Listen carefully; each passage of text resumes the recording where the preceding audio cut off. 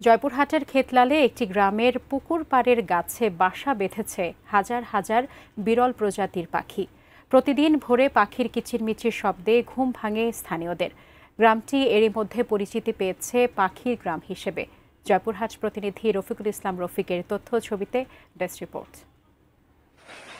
খেতলাল উপজেলার আলমপুর ইউনিয়নের কানাইপুকুর গ্রাম।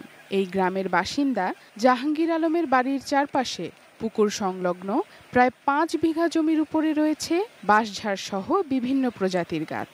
এসব গাছে একটা সময় রাতচরা পাখিরা বাসা বেঁধেছিল। এরপর সাদা বক এবং পরবর্তীতে ধীরে ধীরে সেখানে রাজত্ব চলে আসে শামুকখোল পাখির। প্রায় 2 দশক ধরে এই শামুকখোল পাখির স্থায়ী অভয়াশ্রমে পরিণত হয়েছে এই স্থানটি। স্পেশাল আপনার মানে মজার কিছু, তাই আমার সিক্রেট ম্যাগি স্বাদে ম্যাজিক ফ্রম নেসলে। গ্রামবাসী নিজের সন্তানের মতো করেই লালন পালন করেন এই পাখিদের। এরা সাধারণত এপ্রিল থেকে অক্টোবর পর্যন্ত এখানে থাকে। শামুকখোল পাখি বাংলাদেশে আসেই প্রজননের উদ্দেশ্যে। বাচ্চা বড় হয়ে উঠতে শিখলেই তারা চলে যায় শীত প্রধান অঞ্চলের দিকে।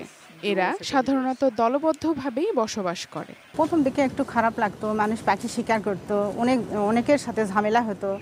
এখন মোটামুটি সকলেই সচেতন হওয়াতে এই কলোনিতে কেউ আর মোটামুটি হস্তক্ষেপ করে না এবং পাখি চুরি করতেও আসে না। আমাদের কানাইপুকুর গ্রামে 2টি রাস্তা আছে। 2টি রাস্তার মাথায় কানাইপুকুর পাখি কলোনি নামে যদি 2টি গেট স্থাপন করা হয় বা এখানে যদি পর্যটনের একটু ব্যবস্থা করা হয়, তাহলে দর্শনার্থীরা এসে এখানে আরামায়েশ নিতে পারবে। বেশ কিছু প্রজাতির পাখি এখানে আসে, তার মধ্যে শামুকখোল পাখি পরিমাণটা অনেক বেশি। পর্যটন বান্ধব একটি পরিকল্পনা আছে, তার মধ্যে অন্যতম হচ্ছে এটিকে আমাদের সংরক্ষণ করণ, একটি অভয়ারণ্য হিসেবে এটাকে প্রতিষ্ঠিত করা। নিরাপদ আশ্রয় ও পরিমিত খাবার পেলে এরা অনেক দিন থেকে যায়। সঠিকভাবে রক্ষণাবেক্ষণ ও সরকারি সহযোগিতা পেলে এই গ্রামটি হয়ে উঠতে পারে একটি আকর্ষণীয় পর্যটন কেন্দ্র হিসেবে।